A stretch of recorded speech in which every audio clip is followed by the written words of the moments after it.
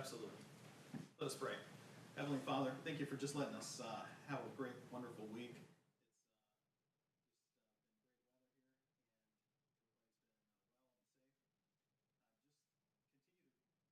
Wisdom as we go to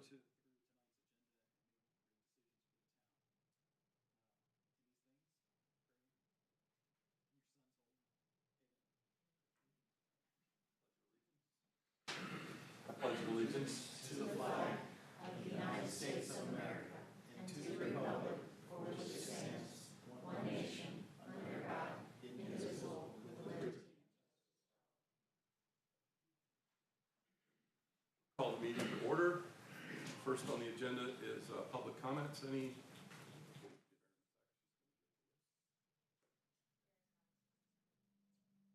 in the church a couple times this weekend for funerals? Anybody in the audience want to speak? Public comments? If not, I'll make a side public comment. All of my constituents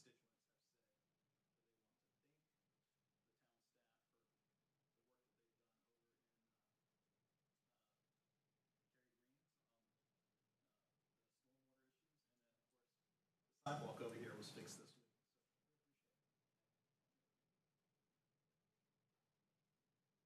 I forgot to mention, I represented the town for Ian's funeral this weekend, and I'll remember Heath was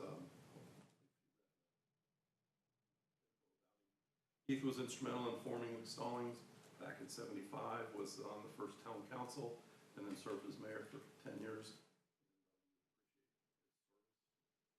Town of Stallings, and also was instrumental in getting the town park created.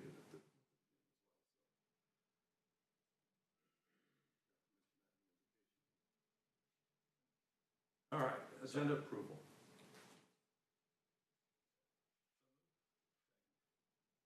Favor? Aye.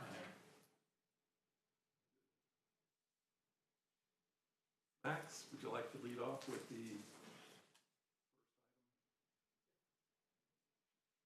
X22.07.03? Good afternoon. Just 1 second while I pull it up.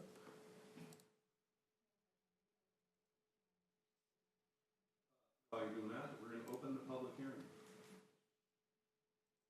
Okay. 22, it's the 26. All right. It's loaded. All right, so I'm here today to present TX 220307. It's a business center zoning district. SMB of Greenville, 2 LLC submitted text amendment to add a new zoning category called business center. They intend to enhance, its intent is to enhance the ordinance to have an option for a commercial, business, and light industrial district. There are currently no zoning categories that allow a variety of office, commercial, and light industrial altogether. And this is not a site-specific request. This is an addition to the ordinance for a new zoning category. It's a long definition, but in summary, the business center allows a mix of, like I said, office, commercial, and light industrial uses. These are all the articles that are to be amended in the ordinance. It may look like a lot, but Section 10 has a lot of supplemental regulations for specific zoning uses. This is kind of small. I try to enlarge it as much as I can, but this is a zoning districts comparison between business center, mixed use, and industrial. And the summary for this is business center is a medium between the mixed use zoning category and the industrial category. So it's right there in the middle of the two in terms of lot size, setbacks, and let's go on.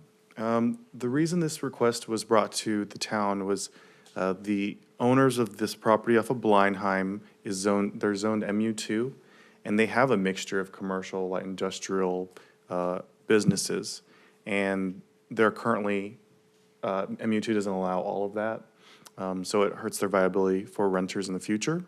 They currently have a variety of uses there, though, including construction companies, softball, CrossFit, and other furnishing businesses.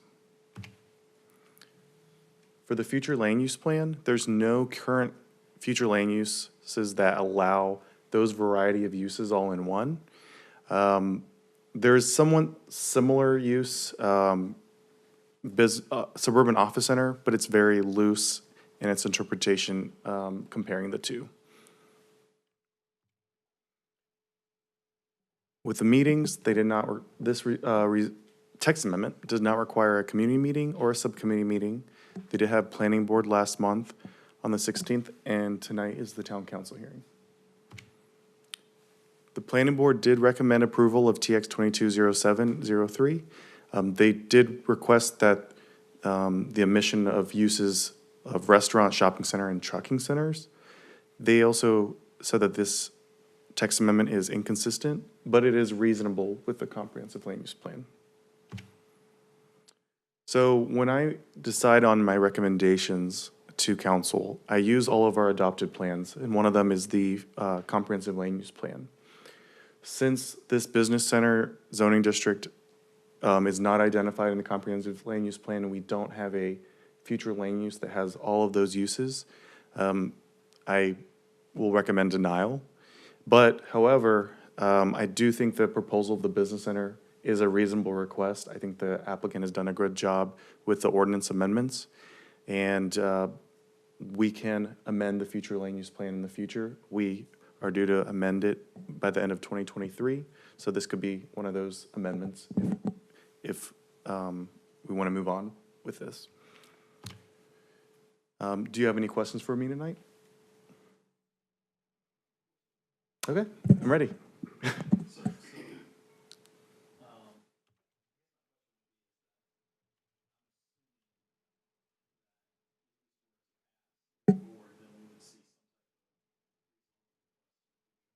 Yes.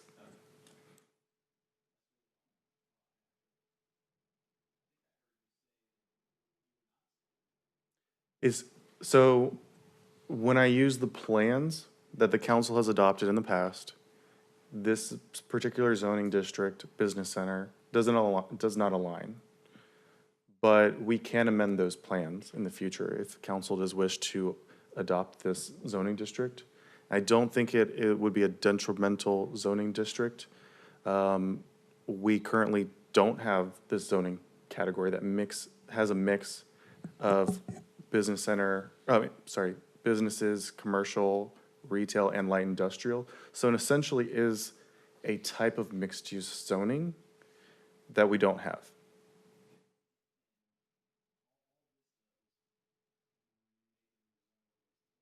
Correct.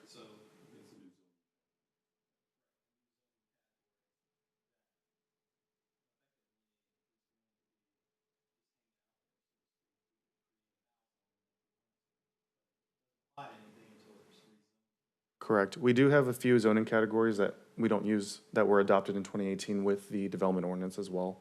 But I do believe the intent is that you'll see a rezoning in the future if this was adopted.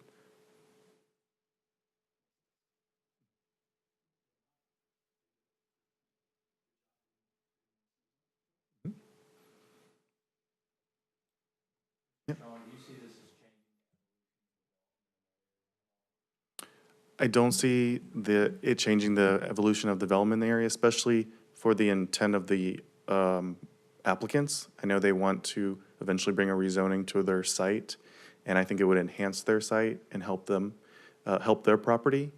And I could see a market for this zoning to be in other areas along, most likely along 74 in the other industrial-like transition zones to allow the business commercial, I keep saying business, but commercial, retail, and a light industrial buffer between a heavy industrial-like uses and residential.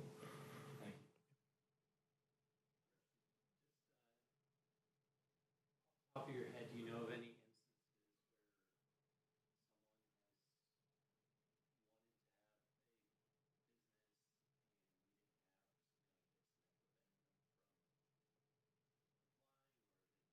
This is my first instance. Usually what people will do is apply for conditional zoning.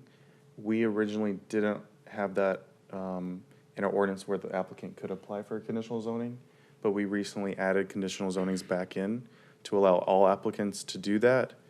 So now we have multiple, there's always multiple options someone can take, but this is my first instance of that.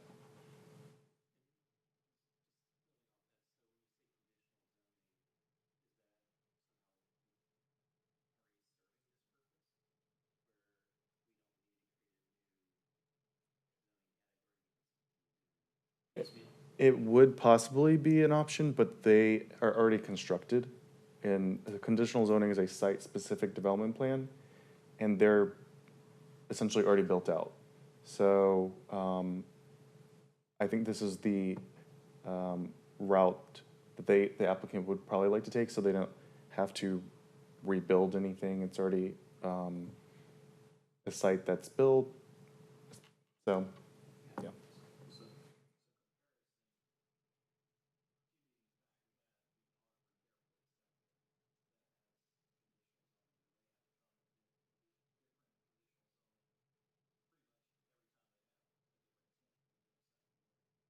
They are doing a text amendment, so it's a little bit different. This is also a text amendment, but they're doing a text amendment just to the use table. This one's a text amendment to add a whole zoning category, which affects multiple chapters in the ordinance, including the use table.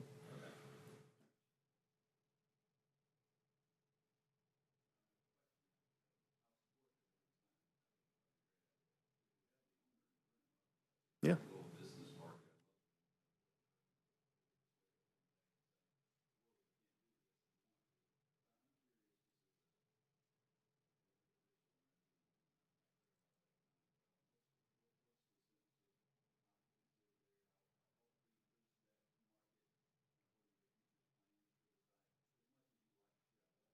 Yeah, the applicant has a presentation, so I'll let them come up and speak.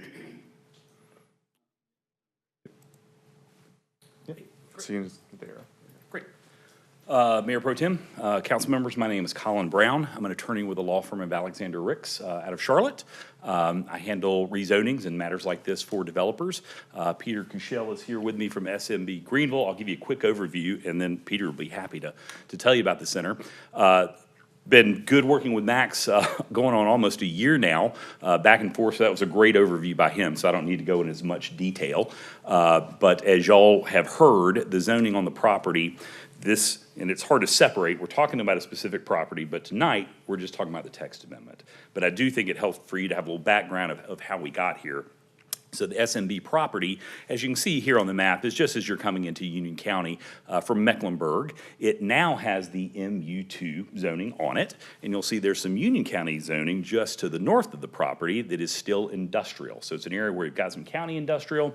The town of Stallings decided to designate this as MU2, and what happened was, frankly, the owner did wake up one day and came to apply for a new permit for a new user and found out that the zoning had changed and that user was not allowed to be in the park.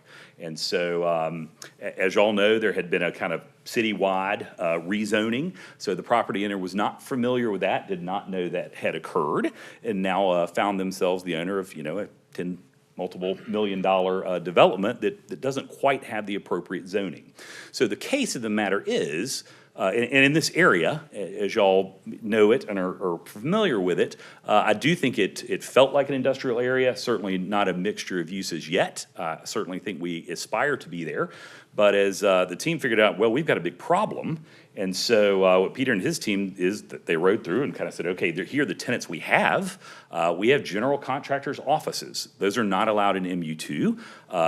Equipment rental is not allowed in MU2. There's some back office for a guided vehicle company. That is not allowed. Logistics and trucking are not allowed. HVAC supply like Train is not allowed. ATM service or and storage company. So those uses are out there now. We'd like to maybe have some more like that in the future, but they are not allowed by the MU2 zoning. Now, some of those can stay. The tenants that are there now, they're a legal non-conforming use, but they can't expand, and we can't bring in any new users like those. So we talked to Max. It was a little bit shocking, and said, And I will say, I think the SME team and Peter have been incredibly collaborative with the town of figuring, okay, what can we do? And the truth of the matter is, that what we really want was the industrial zoning back, right? That's what we had, that's how it was developed. But I think our team has tried to be collaborative with staff, and staff said to us, well, we really do want to be moving away from that. We think this should be MU2 in the future. We've been looking at our industrial use districts. There's so many heavy uses in there. We don't like those. So we decided to work together and kind of collaborate and come up with something that would work. So as Max said, we were really looking for something that's kind of a happy medium that would serve uses like the ones that we're talking about, but you didn't have the heavy noxious stuff that you get in that would be allowed in your regular industrial district. So we came together to craft that. It is a little different that we helped craft it, and we talked with Max. He said, I get it. We got a lot going on in the town. We don't really have time for this. So the SMB team had my office, and I have a couple very capable associates that dove into the ordinance. Max pointed out to us that actually the prior version of your ordinance did have a business center district, so we very much use that for the bones of drafting this. And that's where we are now. Max read the description. I won't read it again, but again, we're looking for a district that's kind of a medium between the industrial. And again, that Union County zoning is sitting right there to the north of us. So we know that the entire character of this is not going to change. We also understand that you guys don't want to see some of those heavy industrial uses, and frankly, SMB doesn't want those heavy noxious uses on their property anyway. So we were happy creating this district that still would not allow, if we had, so our choices were, we could also try to zone to your regular IND zoning, but that seemed a little heavy for us. I don't know if that's what the town wanted to convey. So we wanted to have this zoning district that doesn't allow hazardous materials, no junkyards, no foundries, no chemicals, things like that, that we're ruling out. And so I think nice job in understanding the point tonight. I think this is adding a zoning district to your toolbox. So it's there if you want it. If you approve it, we'd certainly like to use it on our site. Maybe some others will in the future. And as you said, by adopting this in your ordinance, that district's not sitting out there. So you're not suddenly opening Pandora's box on tens of different properties around the town. We would be back, happy to talk with you about it. And now that you also have conditional in your toolbox, if we wanted, we can talk about when we come through with our site-specific rezoning, whether that's conditional or not. So that said, we're certainly understand the position that Max is in, where he looks at his land use plan and this zoning district's just not there. So it's hard to say it's in conformity, but we appreciate your planning board looking at this and voting unanimously to recommend approval. So with that, again, I'll turn it over to Peter, who again, I think has been very collaborative. A lot of owners wake up, this is kind of a shock, and has really, I think, put in the time, and I hope we're contributing something to the town that'll be useful in the future.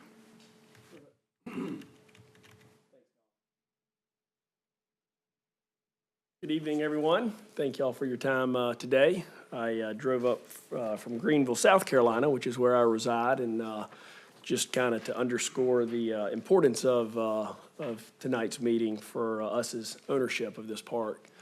A little bit of history. We acquired the park back in 2006. I own it with three very elder, all widow and widowers. I am they call me the young one of the group, and it was all business decisions. They look to me, and I'm their eyes and ears, and have always been since 2006 when we acquired this development. In doing so, it has always been our outlook on development. We own, other properties together in Greenville. This is the only thing we own here in Charlotte, not with that group, but me in particular. And we're all about professionalism, and we try and be very open book, and we try and keep our parks orderly and very clean, and we just try and be, good patrons of every town that we're in. This one, if you drive through it, although it is what was developed as a light industrial park, it certainly doesn't look like that. Matter of fact, we changed landscaper 6 months ago because he wasn't doing things up to our snuff.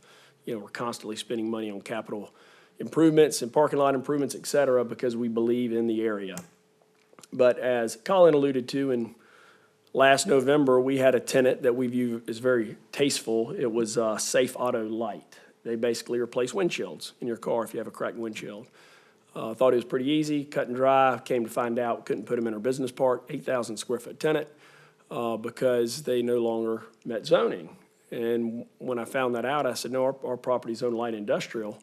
And doing some research and conversations back and forth, found out the property was rezoned in 18. To my surprise, I was never notified, nothing in writing, no phone call, nothing, which just is very frustrating and just certainly doesn't feel right. And so we got to panicking and called staff and said, what can we do? We want to work with y'all together on this, but this is so important.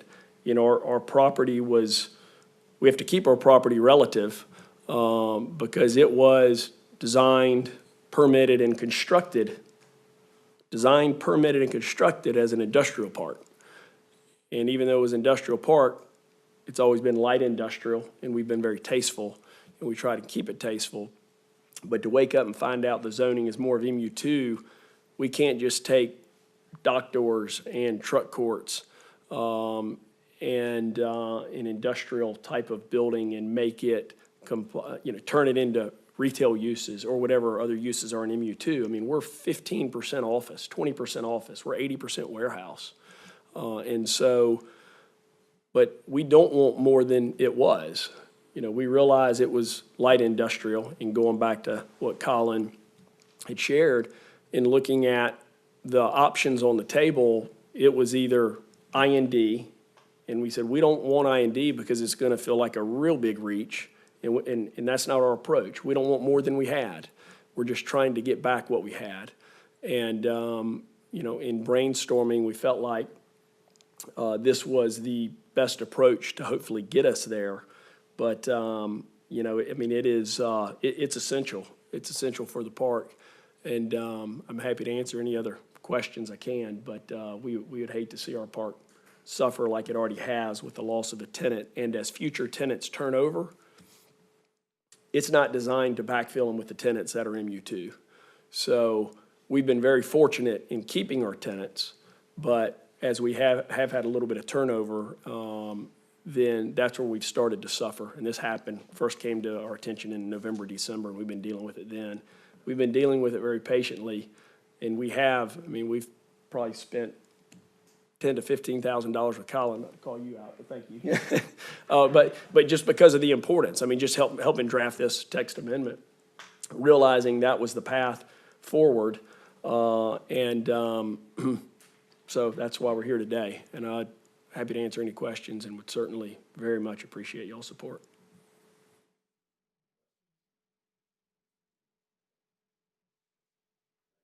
Okay, thank you. Thank you for your time. We have a public hearing if there's anyone.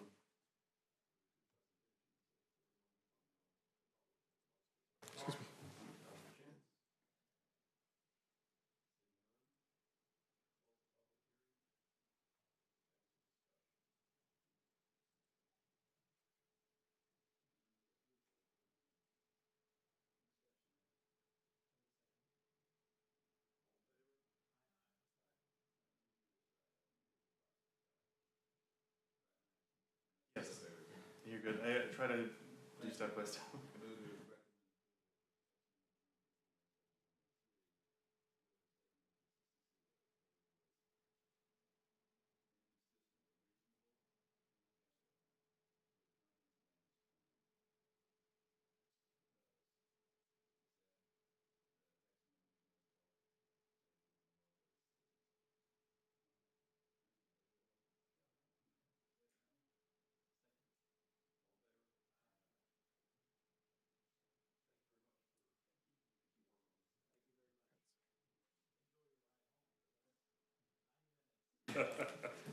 As long as I don't get caught in gaffing. At least the speed limit back up to, it's not 35 through there. It is. There's still some construction that they're gonna work on probably for another 2 years, but it'll be done eventually.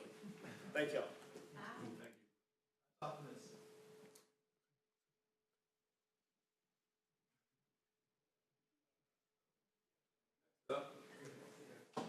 Idlewild Road project. Hello. Everyone's doing okay tonight? So, yeah, we left last conversation with road construction, albeit probably that one's in South Carolina. We'll talk a little bit about what we've got facing us here in North Carolina. I've seen a number of you folks before. My name is Brett Knipe. I'm with NCDOT in Division 10. I'm a Division 10 engineer. We've got a Division 10, just really quick here, we're a 5-county area, definitely work very closely with all of our municipalities, especially staff. Alex has been working with us for some time on this particular project, and we've been here before to talk about it. We're here to talk about U-4913, which is the Idlewild Road project between I-485 and Stevens Mill Road. I've got Sean Epperson in the audience with me tonight. I thought I would just try to tackle it all myself, but if the questions you guys and ladies present with me are too tough, I've got a little bit of backup. Also with me tonight is Stuart Basham. Stuart served as our planning engineer for some time and has a lot of history in those projects. So hopefully between the three of us, we'll be able to get you the information that you might need to help make some decisions. We'll roll through a little bit of history on the project. It does go back a number of years. It's been around for quite some time. We'll talk about that coordination that I've mentioned. We have gone not over and above by any means, because it's definitely our jobs to coordinate with local folks, local stakeholders, local municipalities. We know that it's not only important, but it's essential to get local consent and buy-in for the projects we deliver. I'll show you where we've landed from an engineering perspective, what we believe is the appropriate alternative to handle the future traffic demands that are projected to exist along Idlewild Road in the future, and talk to you about project delays. That's unfortunately been a hot topic over the last several years within the department, and where we're going from here, our next steps, and then of course we can get into the questions that you may have. But so. This project actually predates our current legislation that we're operating under, our STI legislation. It was submitted initially for funded all the way back in 2009. So our law has changed. The way we rank, score, and develop projects has changed since that time period. But it did make it into our new process in 2014 in Spot 3.0, which is simply, that's the ranking and prioritization process that we use across the state to assign funds to projects. And so in 2017, Division 10 and the other highway divisions across the state took on much more responsibility in terms of project development, and we began working on that in earnest at that time, and immediately began that coordination and conversations with the town about what this project could be, what the engineering and sort of the math and science behind that told us we should be building. So between that time period all the way through 2019, there was quite a bit of conversation back and forth. We looked at a lot of alternatives. We'll get into some of those details here shortly. But the project was placed on hold, along with every other project in the state, as we felt a significant squeeze from a revenue loss due to the pandemic in particular. Ahead of that, it was, sort of like the perfect storm due to a series of storms that led to a cash crunch for us at the time. And then again, as revenues plummeted during the pandemic, we did have to stop working on this and all projects. But we're back up and moving now. Our program is in full swing. So I'll go into the conversation about what we've done, how we've coordinated in the past with you guys, with your staff. So we have to forecast traffic volumes, right? We have to make some estimates about how many cars are going to be used in any particular facility. That's necessary for us to determine, well, really how many lanes you need. What type of roadway can this be? How can it operate efficiently and safely?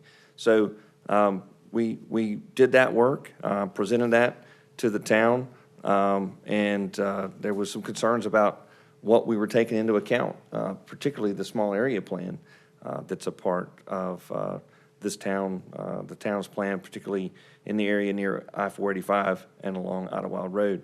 So we generally speaking take existing zoning into context. So we take existing zoning, land use plans predict the type of, the number of cars that are going to be coming. You know, it computes out and tells us, well, if you have a certain density or use in a particular area, then we then are able to estimate the number of vehicle trips that will be generated by that land use in the future. So when we went back and took another look at the small area plan, it told us that there would be an additional 50,000 cars per day that were going to be used in this facility.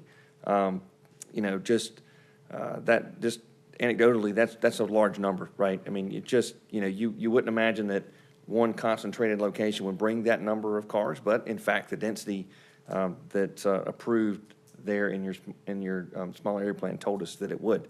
However, we reached sort of a compromise plan because we felt like, even though it was a town request for us to consider that, maybe all that space wouldn't be developed out in the future year, the year this project was designed to accommodate the volumes in.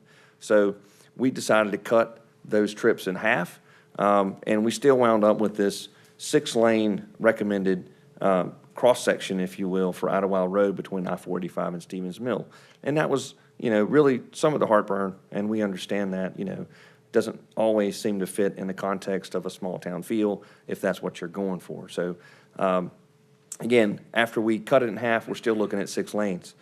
So that was just continued with the challenge and conversation. We continued to look at other alternatives.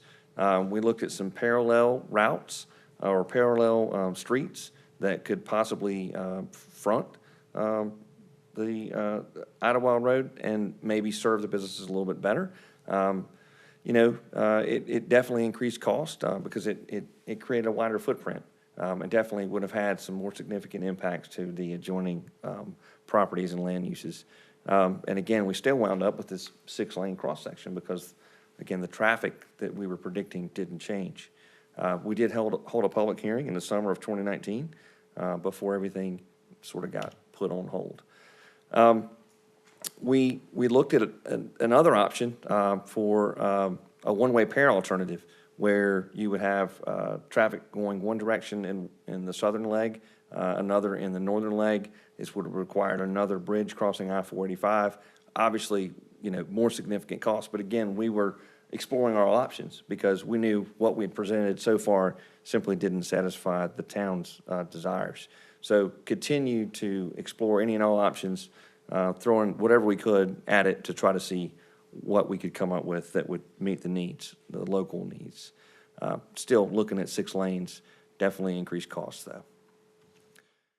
So where we landed with our selected alternative is this 6-lane cross-section that shows 3 lanes in each direction and would also require a median width necessary to accommodate dual left turns, and particularly I think it's the Harris Teeter signal.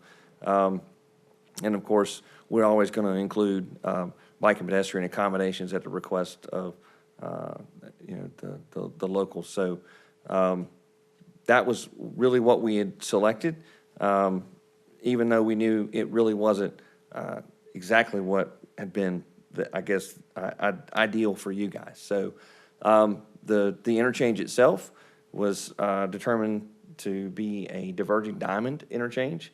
I don't know if y'all are familiar with the diverging diamond. There's a couple of examples not too far away, one up in Cornelius, West Catawba Avenue, another that was on 77, and there's another at NC 73 on I-85 that have been open, in the last number of years. And so that's a more efficient way of processing traffic. And, kind of the working theme of tonight's presentation, we're going to be getting into the conversations about how we have to do things differently to accommodate the increasing number of vehicles that are going to be using our roads now and in the future. This is just an innovative solution that can be implemented with greater efficiency and less physical construction than a conventional interchange. The Harris Teeter access, we were able to demonstrate through our analysis that a conventional intersection design would sufficiently meet those needs in the future.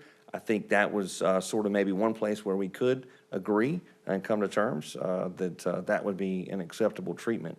That would just be a typical full movement signal, of course, with pedestrian accommodations, crosswalks, et cetera.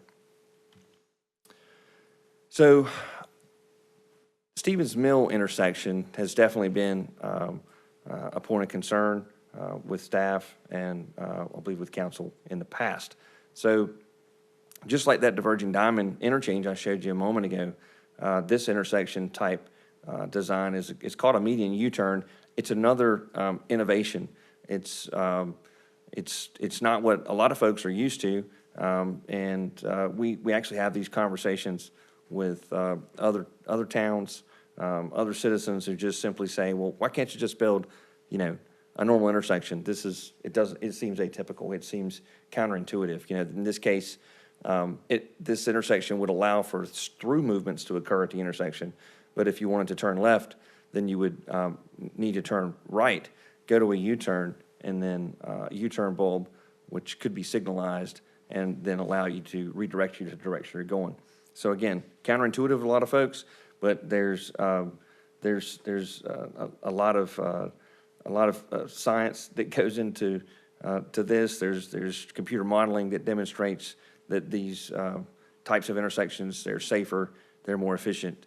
And so I tell people this, that if we keep doing things the same way, we're going to get the same results, right? So we know that our area is changing.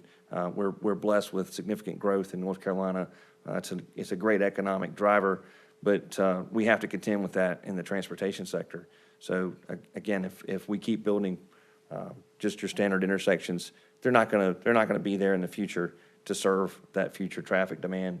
And as stewards of public funds, that's really our core responsibility. Safety obviously coming first, but second truly is to represent the state well and spend the money wisely that we're given. So again, a median U-turn, it's a mutt, we often call it, but I don't know if that's very impressive to many folks, so I try to call it the median U-turn. You can see kind of the concept map of the divergent diamond interchange here. I don't know if it's zoomed in tight enough for you to see and to get the feel for it, but I think a lot of us probably have experienced a couple of these now where you simply cross over to the other lanes as you traverse the intersection on the main roadway, and it allows the left and right turns to flow with traffic as opposed to opposing traffic. And this was really hard to see. Apologize, just trying to capture it all. I think the takeaway here is you can see that there's 2 U-turn bulbs on Idlewild Road on either side of Stevens Mill, east and west. And then it is going to be necessary, if we implement this design, to carry it down Stevens Mill for quite some ways in order to taper it back down and tie into the 2-lane section of Stevens Mill. So again, the delays, talked a little bit about that in fall of 2019. This project and all projects that were in preliminary engineering or project development had to be paused. We had a significant cash issue at the time, but we have recovered from that, and we are back on track with many projects, this one included, being back in production, right? It's time to get moving if we're going to get moving. So, but we knew we still hadn't drawn conclusion in 2021 on what we were going to go forward with. So at the town's request, we pushed this project out a little further into our STIP, that's our State Transportation Improvement Plan, and kick the can down the road, if you will, for just a little bit and give us some more time to make some decisions.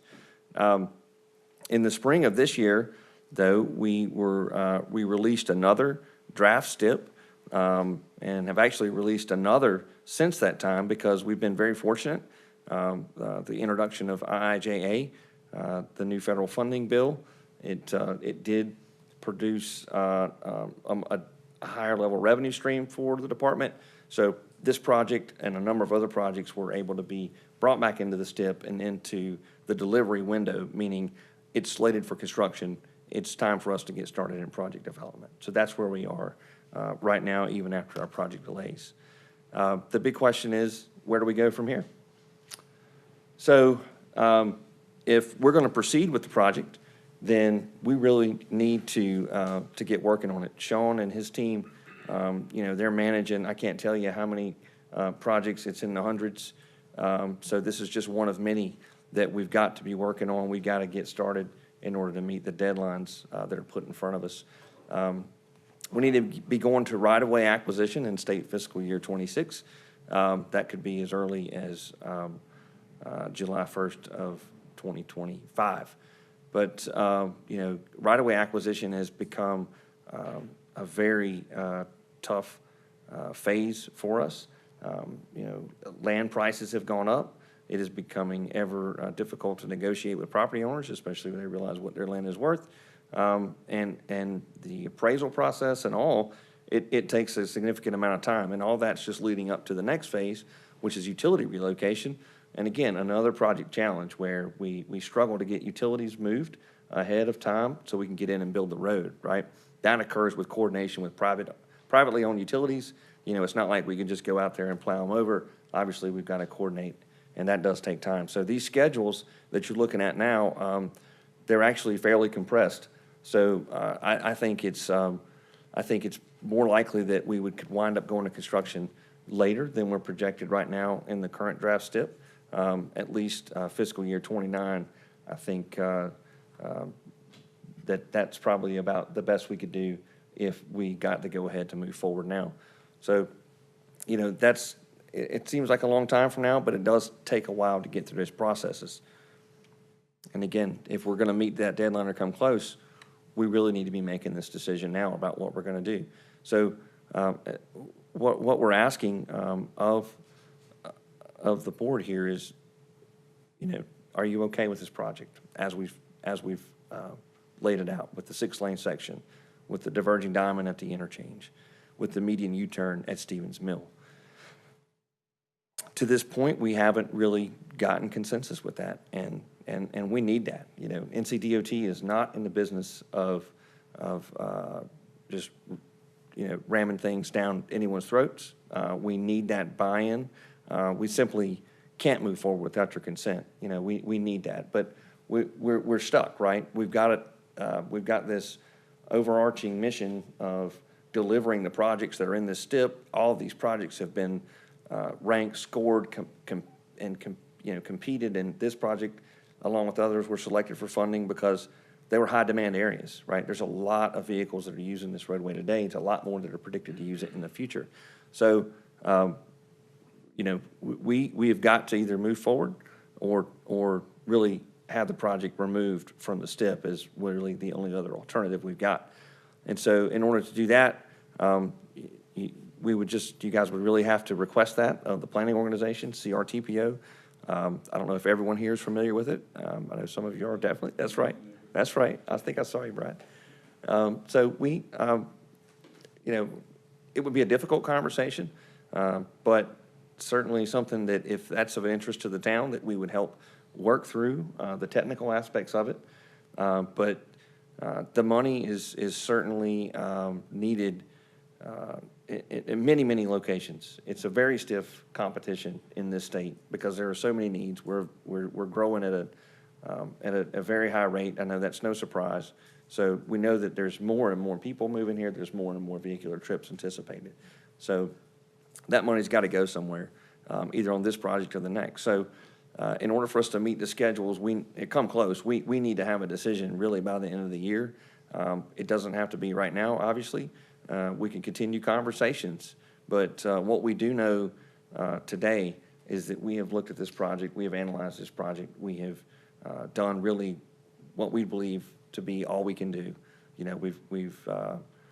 If there were an alternative that would satisfy the immediate requests of the town, certainly that's what we would be doing. But we know that the math doesn't lie, and that it's going to take a significant project with some innovative solutions to meet that future need. So that is our ask, and certainly can take any questions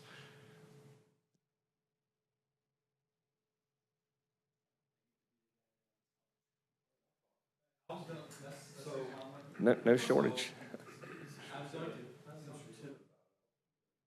We got 6 lanes going east.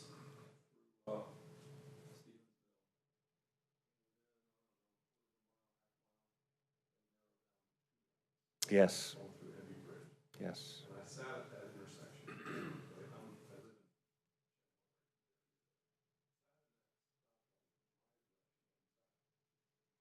in a good long time and just watch a lot of cars. Mhm. I would venture to say most of the cars, traffic.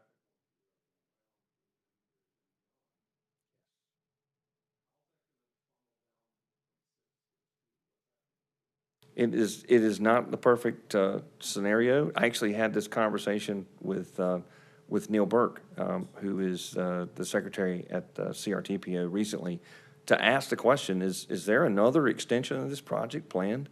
Is there a long-range plan? Is it the desire of Union County to have something like that, you know, added to a long-range transportation plan? Because of the point you're making, you know, you're necking down really close. So, yeah, that is gonna be an issue. The intersection itself, if implemented as designed, we expect it's gonna process that traffic. But certainly, there will be,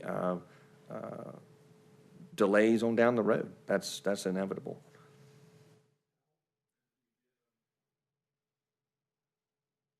Road Expressway, a lot of these folks are going on, they're getting on 45 or they're going on it.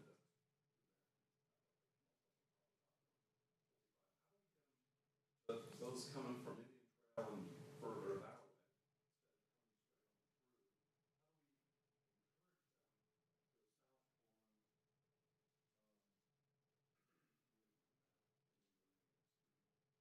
Trail Fairview Road, I don't get them to turn that way.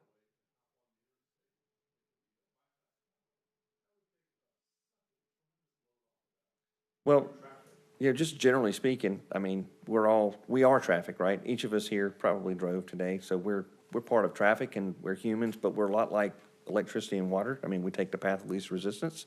So, I think if there's a transportation solution that gets people, to their destinations quicker, or safer, that's how you could redirect folks, right?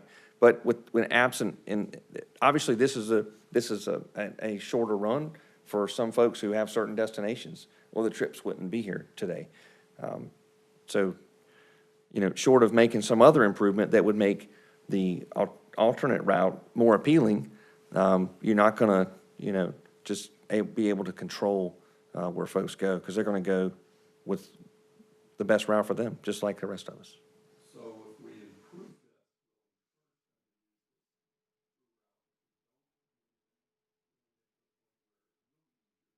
Quite possibly. That is one way to look at it, certainly. Can't argue with that logic. I mean, and you know, I think I've said this a number of times lately, so, but it's true. Sometimes if you build it, they will come. If you're forecasting traffic and, you know, the future traffic volumes are gonna be higher with an improvement, right? It's pretty basic. It's gonna have a larger draw, it's gonna have a larger capacity. So it doesn't mean that the vehicle trips that are on the road in the future, if you did nothing, the vehicle trips will continue to grow up to a point where, you know, capacity is reached.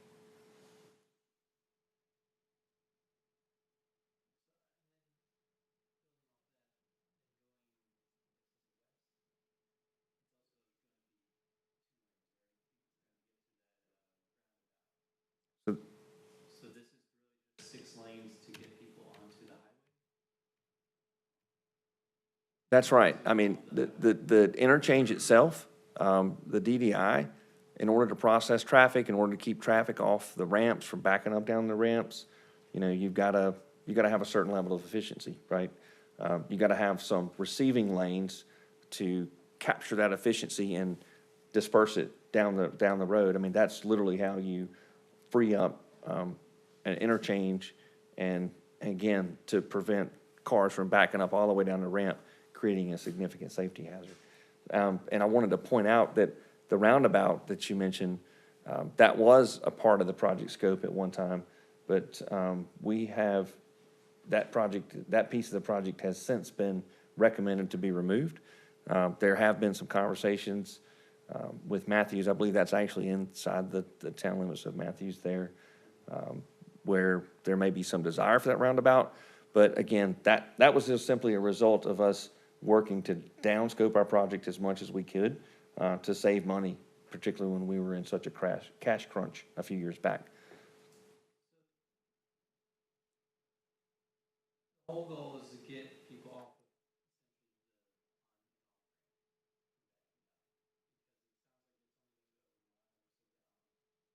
They're all gonna back up. And I can speak from experience with Lawyers Road, that's what happens. You get off and it's 2 lanes. In fact, if it's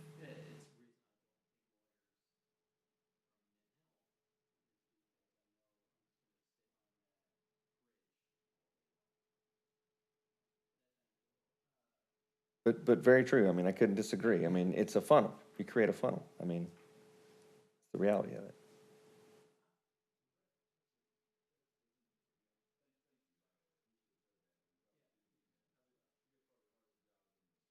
Not at all, no.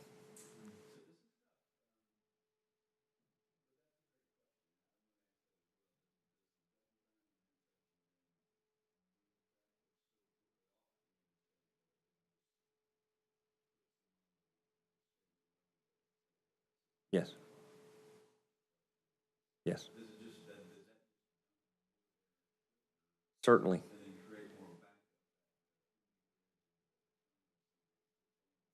Yeah. It certainly is, you know, it's not a problem isolated to this project, though. I mean, if, you know, this project exists in our STIP, you know, it is, again, competed against other projects in this area. It was deemed to be worthy, if you will. It was, so at some point, someone said, man, we need to make an improvement here. We need to do something different. And when we take that role on, our jobs are to figure out really what's needed for that future demand. But part of that is, you're absolutely right. I mean, you are processing traffic more quickly with a more efficient design. That traffic has to have somewhere to go. So, you know. Right.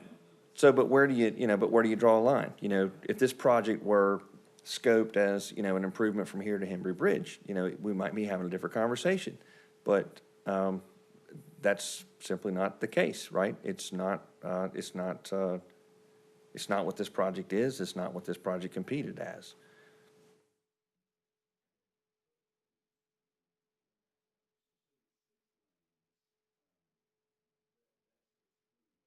Correct. At the Harris Teeter signal.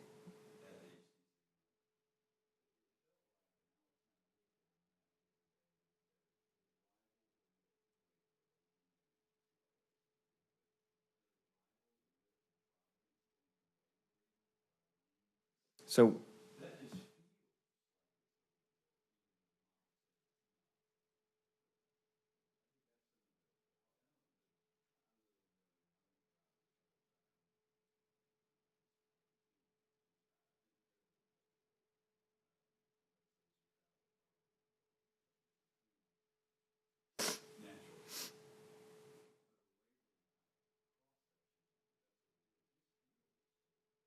large, just, yeah, out of context. And this is the conversation, we've had this conversation with so many towns. I mean,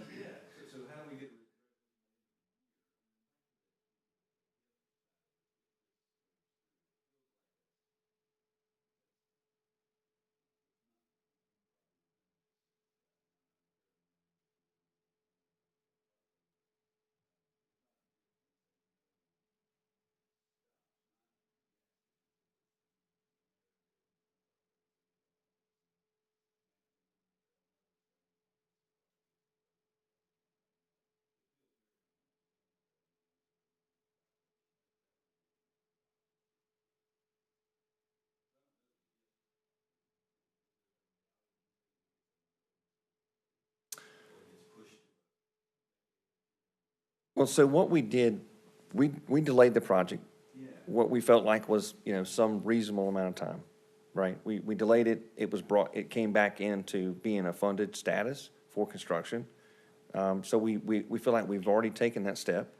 And again, the funds that we're talking about, it's a very competitive process. I mean, there's a lot of locations within our division that these funds, there's another project just waiting, right? There's always a project in the queue. So that's our point is we understand that.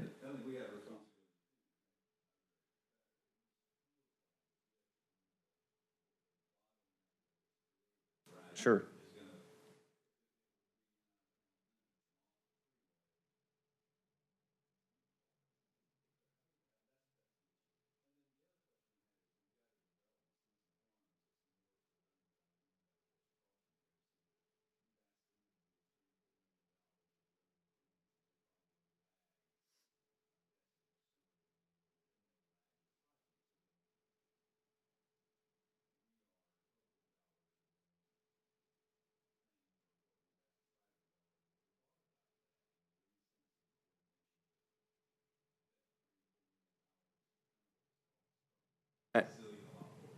One of these guys in the audience might be able to quote it, but I don't have that number committed.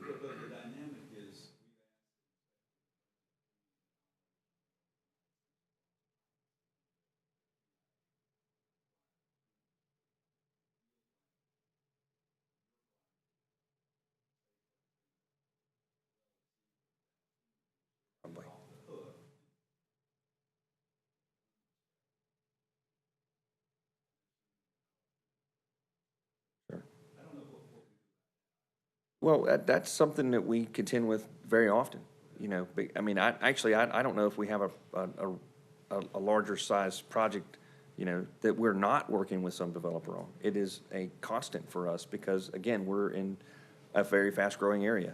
So that's something that we integrate into our project plans. It depends on where that private project is in its process. It could be that it just doesn't make sense for them to make any improvements, and I don't believe in wasting the taxpayers' money or private money for that matter. So, my position would be, if we couldn't coordinate it and have some, if we were far enough along, we have cases where developers can contribute to what would be their improvements. But there are also cases where our improvements would simply gobble up what they did. And I don't see any reason for someone to throw money at some situation that's gonna have a road improvement that's gonna become obsolete within a year or something. That doesn't make sense to me, but certainly we would have ongoing coordination with any development that connected to the project.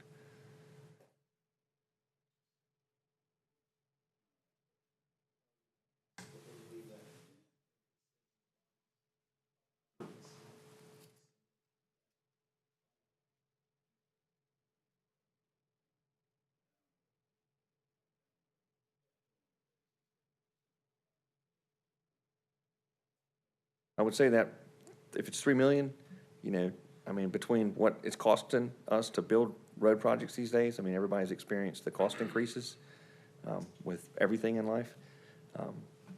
Real estate in particular, there are right-of-way costs. If you try to extend that and go farther down Stevens Mill, I would expect you'd quickly exceed that $3 million to go a pretty short distance.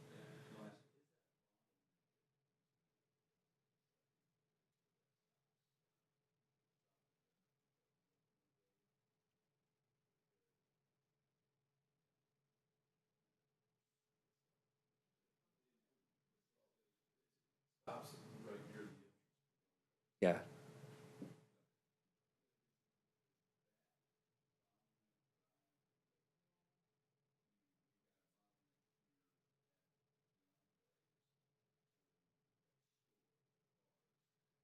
So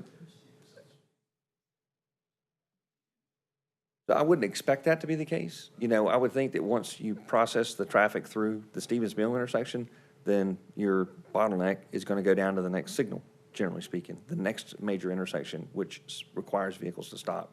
That's what you could anticipate. Now, the distance that you go beyond Stevens Mill to tie in to the existing roadway, there's a concept, it's called lane utilization, that, you need to have a certain distance of runout length past an intersection for vehicles to actually want to sit in that lane and not have a drag race with their, the guy or the girl sitting next to them. So, you need a certain distance to account for that.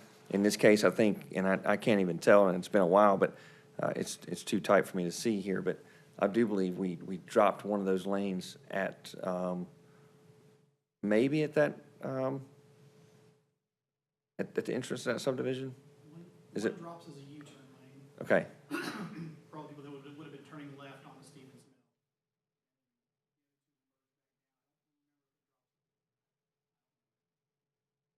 Mill. we could zoom in on that. If I could operate this thing, I could zoom in, but we can get some of these details.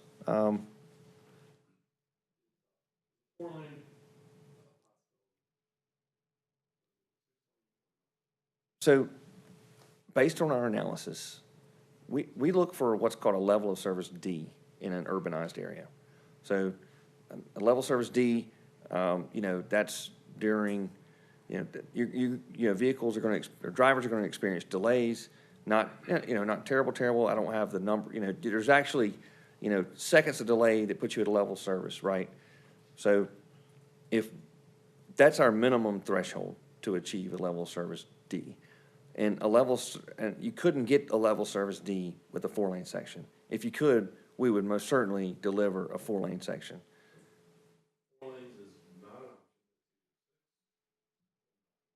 Unfortunately, I feel like that's where we are, and I wish we had a better story to tell and some other alternative to explore. We have really analyzed this thing to death.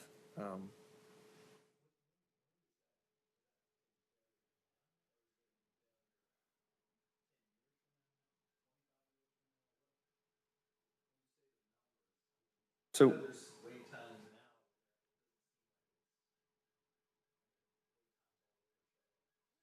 that's right, there are. But if we're going to spend the taxpayers' money, then our philosophy is we've got to make some sufficient improvement. That level of service D is become our minimum threshold.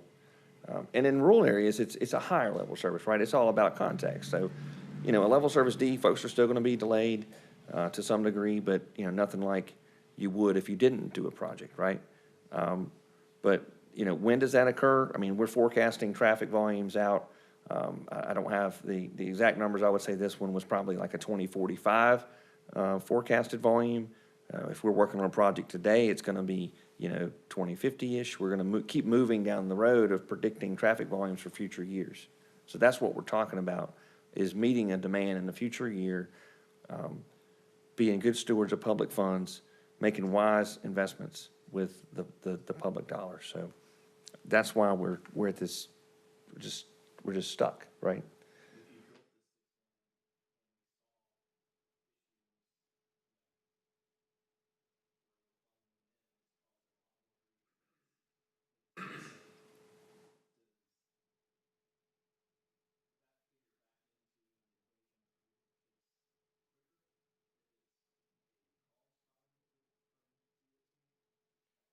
So, well,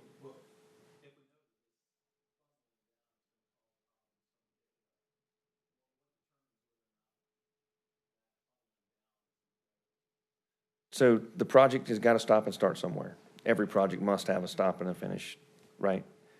The project is not a DOT project. It's a us project, right? It's the town of Stallings, NCDOT, CRTPO. We've all collectively decided that this was a needed improvement at some point in the past. It competed for funds. It rose to the top. And now it's here in front of us to make a decision to move forward or not. So we're not physically able to move it forward any quicker. If we don't get started now, we won't be able to deliver it on the time frame that it's slated to be delivered on. And,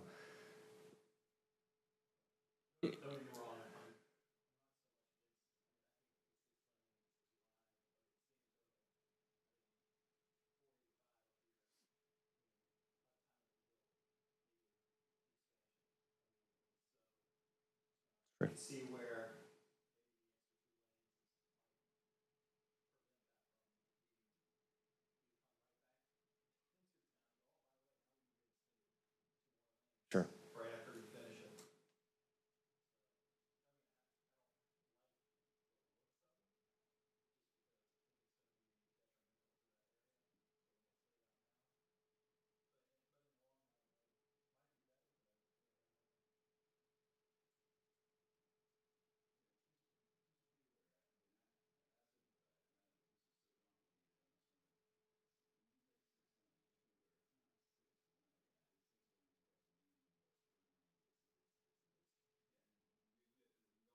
Yeah, I don't have the Providence Road width, I have committed to memory. I think it's in that neighborhood, maybe more, yeah.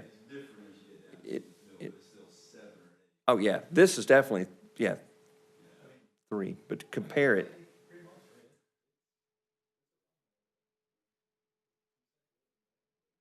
Yeah, Waverly, yeah, at Providence Road, Highway 16, 485.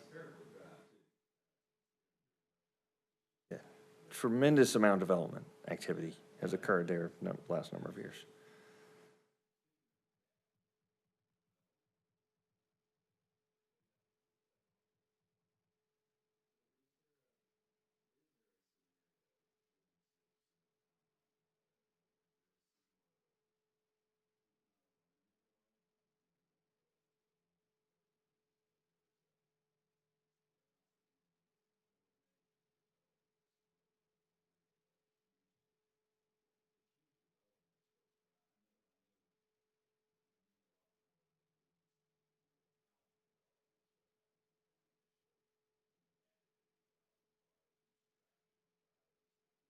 Right.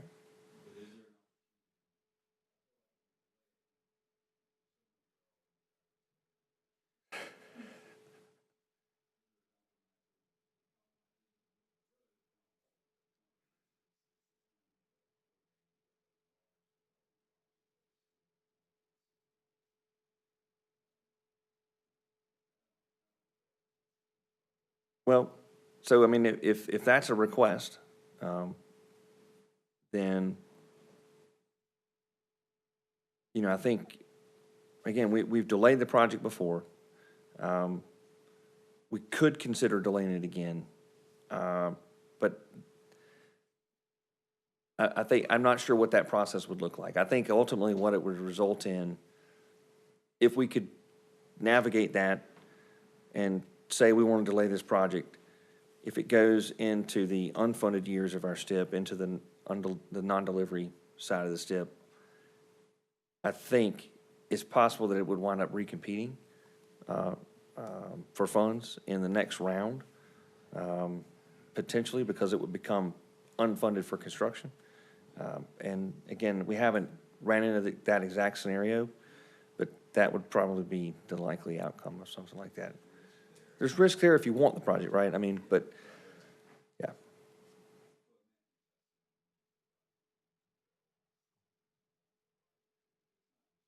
Yeah.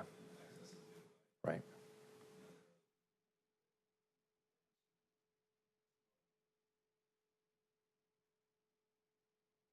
That could be something we could talk about further.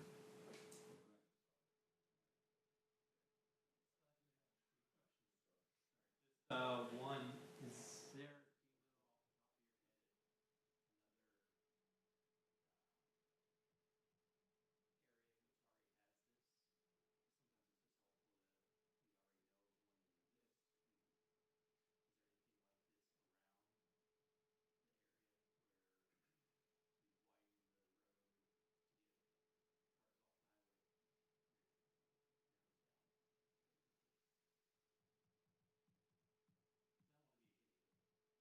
Well, so I don't know if I could think of a case where you've got this semi-short section of improvement, but certainly there's locations where you've gotten, you've gotten a new interchange constructed. The 73 example, where it crosses I-85, you've got a divergent diamond, it quickly tapers back down to 2 lanes. So that exists there. where's this? NC 73 at I-85 in Cabarrus County. What does that car count look like? I'd be speculating if I gave you that right now. Yeah. Well, 73 is, it's actually part of a STIP project as well. That segment is not currently funded for construction, but the adjacent segments to 73 are.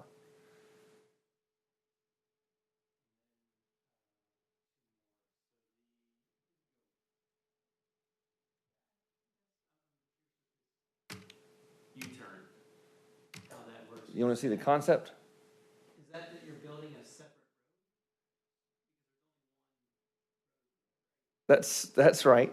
intersection, so you'd be building a separate. Well, so Idlewild Road would become a median divided 6-lane facility.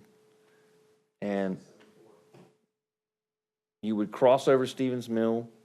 Stevens Mill would widen to some degree, I think it would widen to some degree at the intersection. But then as you went east of Stevens Mill and Idlewild, the roadway began to taper down. So you would be able to make the U-turn movement that's shown here. You know, this would be representative traveling from the west to the east on Idlewild, and this would be that U-turn where Sean mentioned that we had a lane drop there, and then you go down, maybe you've got 2 lanes to a point, and it's going to terminate at the next intersection, or it's going to taper back together. It is. Anytime that you are able to reduce the conflict points, this whole concept of alternate intersection designs is, we've used the phrase of RCI, reduced conflict intersection.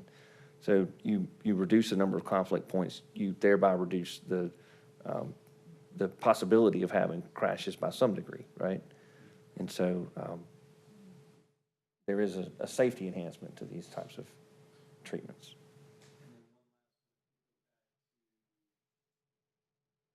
What's happening?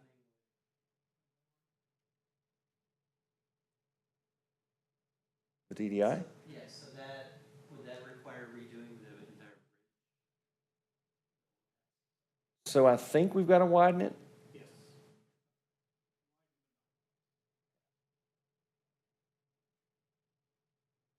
There is one like that, I think, down. Okay. It does that. It's safer. So don't make it safer. It's And definitely, there's one in Asheville, and it can be, certainly, you know. it's safer. Well, it's more efficient, you know, certainly more efficient. You know, you can, because you're able to run more traffic moving in the same direction concurrently, where if you had a conventional intersection, there's always multiple legs of that intersection that are just sitting there waiting, and you're able to move more than one leg at a time this way. So the median, you know, if we held it consistent and you wanted to have accommodations for dual left turn lanes, those lanes itself would be like, say, 24 feet for rough math, and then an island.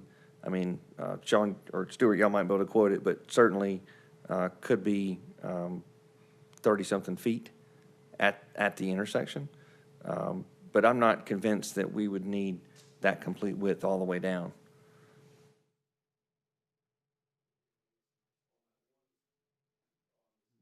What? Yeah. The concept or?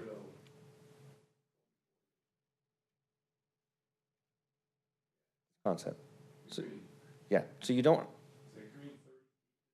Well, so at Harris Teeter, you've got a full movement signal where you're going to have the ability to make left turn lanes or left turns off of Idlewild. And if there's a future development that's occurring there, that's going to also warrant these additional turn lanes. So that increases the width. You can actually have a more narrow footprint in an intersection like this because the turn lanes don't exist directly at the intersection. If this were a long corridor improvement, you know, it may make more sense to have a completely consistent median width, but I could see a scenario where the median width varied. So you've got to have enough room. If you're going to have dual left turn lanes, then that median's got to accommodate the width of two turn lanes. Our go-to width is 12 feet for a lane. Sometimes we narrow that down a little bit. We could probably do that here. But if that's 24 feet plus, say 5 feet for an island, you know, you're in the neighborhood of 30 feet by the time you figure some pavement striping width and whatnot. So that would be at the Harris Teeter intersection. And we don't have final designs, right? You know, this is just concept level. So here, you don't have left turn lanes at the intersection. So up and down, you see that you've got left turn lanes to make U-turns. You've got to have some type of space for that U-turn movement and tee cars up. So, you know, I mean, you're still in somewhat of the neighborhood of, you know, the 24-foot range there, I would say.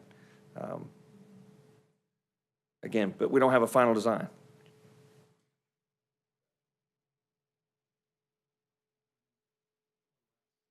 First off, as Brad said,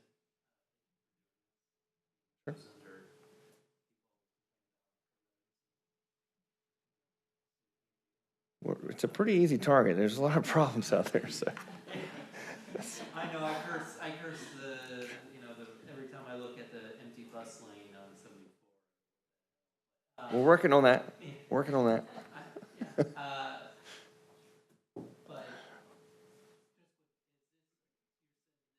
fully funded project? It is. So the money won't go away.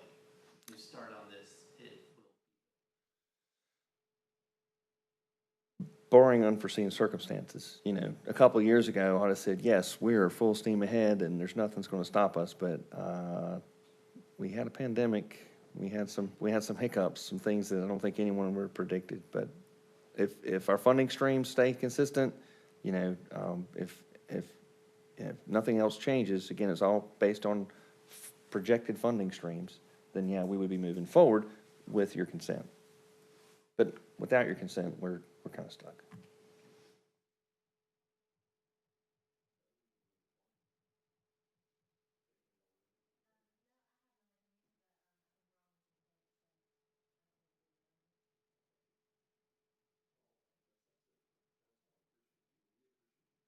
Thank you.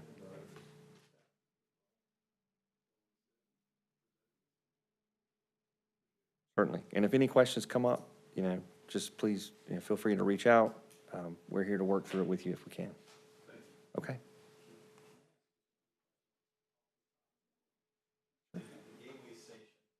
Yeah. So, I don't have a solid date for that. The Gateway Station platform itself, you know, there was a very grand plan associated with Gateway. It was intended to facilitate the passenger rail and be a connection for light rail in the future.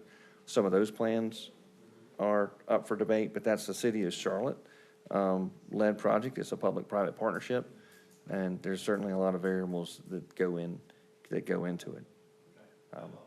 But we definitely have, NCDOT Rail especially has been overseeing the construction of the project. But as far as when you're going to have an actual station there, I'd have a hard time predicting. But I can definitely get the right folks in touch with you if you'd like and have a good conversation about it. Certainly. That's right, yeah. And if you look at what Silver Line is broken, it's proposed to be broken into 2 phases now, that segment being the second phase. Certainly that's a concern for us. Yeah. 2035. Documentation, which I.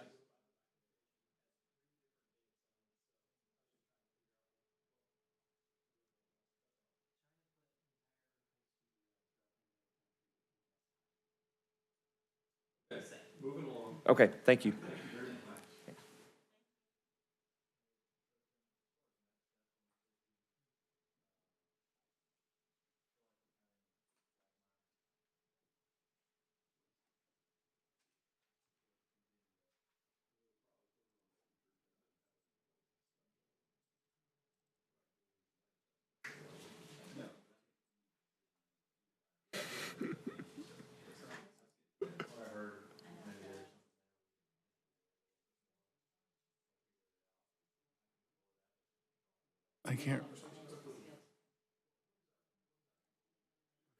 I can't read it. I just said okay.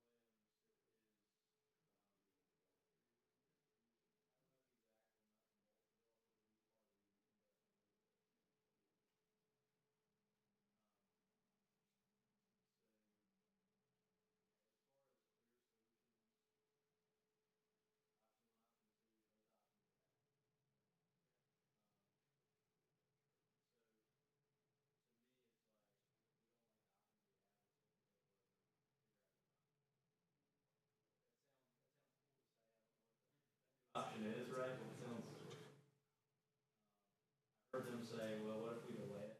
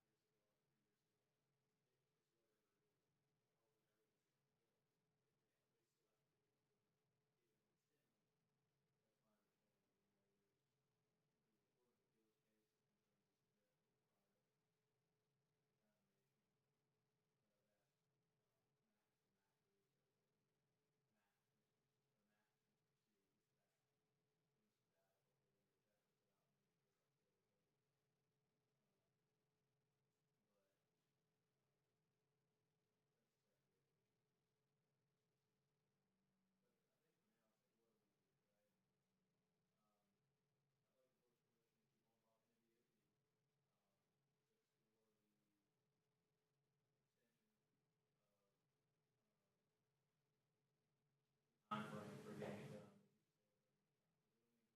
Said, hey, well, let's kick the can. That'll be a little bit longer.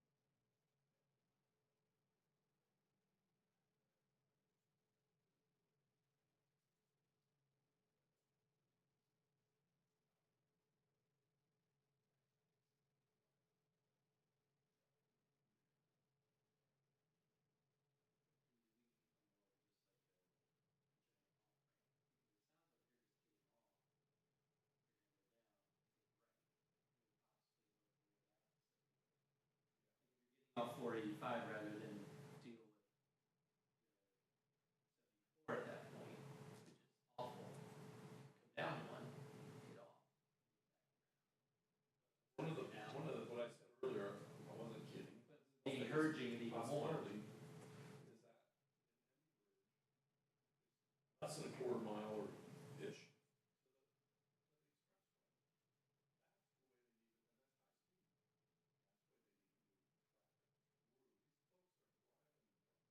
Lake Park and Indian Trail and Hemi Bridge,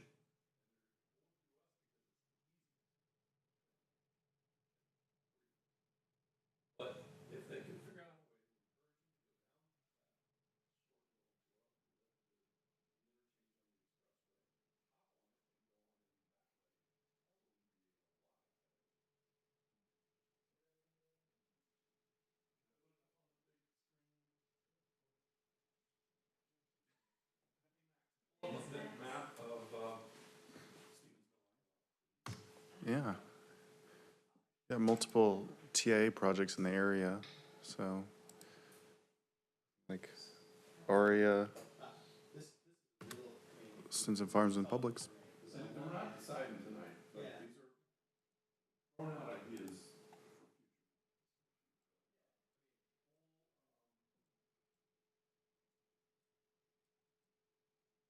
Okay.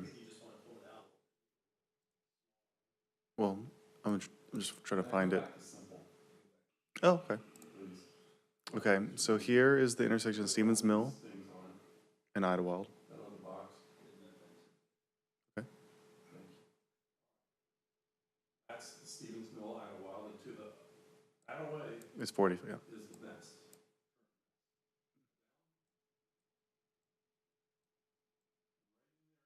Goes down to 2 lanes.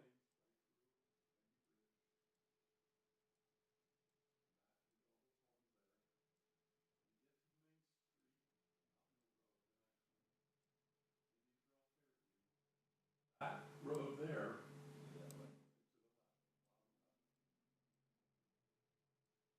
are,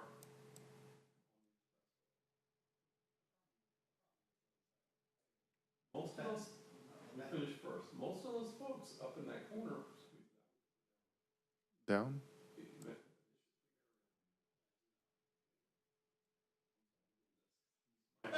Oh, no, you're good. See all that Hemby Bridge and further out, all that Indian Trail traffic goes right.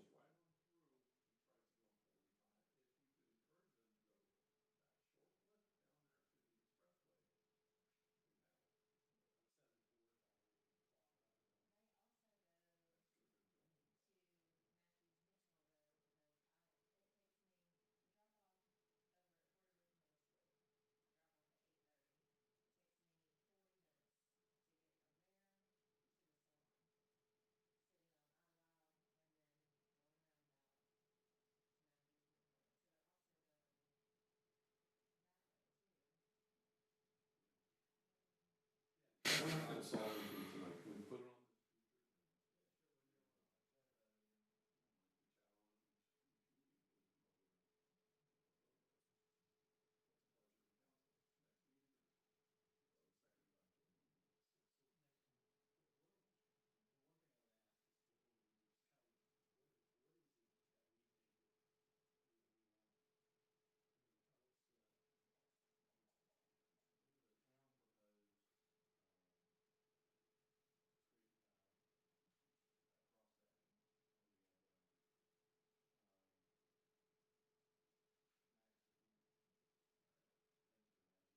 Of course.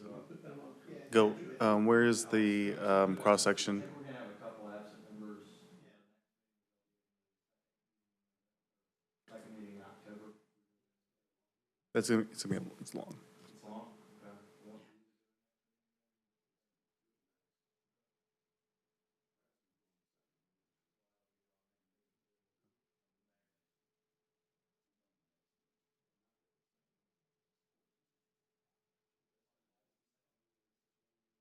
You might want to skip it. No comment? No comment? I'm just kidding. Just, EPCON. EPCON. first meeting.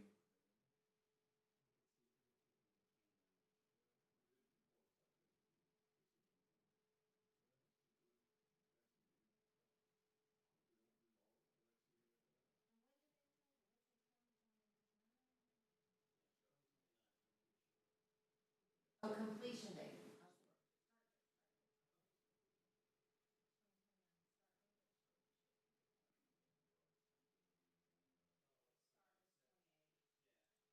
Said it's more like the 29th.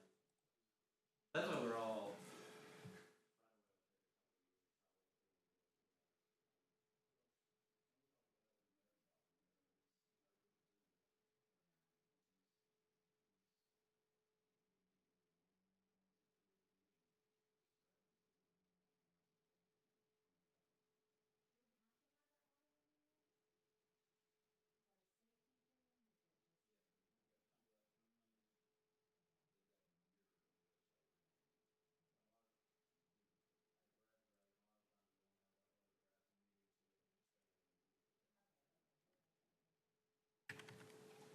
So you can zoom in on it too. Closing down that topic, moving on to the next. Yeah.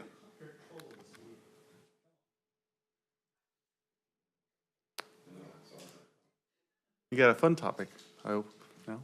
They got back there, we're sorry. Puppies. More fun than text amendments. I've got a lot of pictures, so. If you're trying to sell something, you gotta bring the. We talked about that, but anyway, good evening, everyone. So tonight we want to talk about expanding the police department's canine program. Tonight we're going to just talk about history of the program, some successes of the current program, funding and next steps, and then ask for your approval to expand to a second canine unit. So just a little history. I think most everybody here knows Canine Lily. She came in 2018-19, department's first canine. Last June, her and Josh Smith, who's the canine handler, he's now a detective, were assigned to the Queen City Regional Border Enforcement Security Task Force. Lily is trained in narcotics, detection, tracking and article searches, bite work, and public relations. And I think public relations is one of the key ones. Yes, bite work. So this is real quick. This is just a handful of our PR things that Lily's done. Little girl in town, Olivia Strong, who's going through, that's her Facebook name, but is going through cancer treatments here, lives in Stallings. One of those was a Christmas function at the Quality Inn. Another one, little boy who we made an honorary police officer a couple years ago.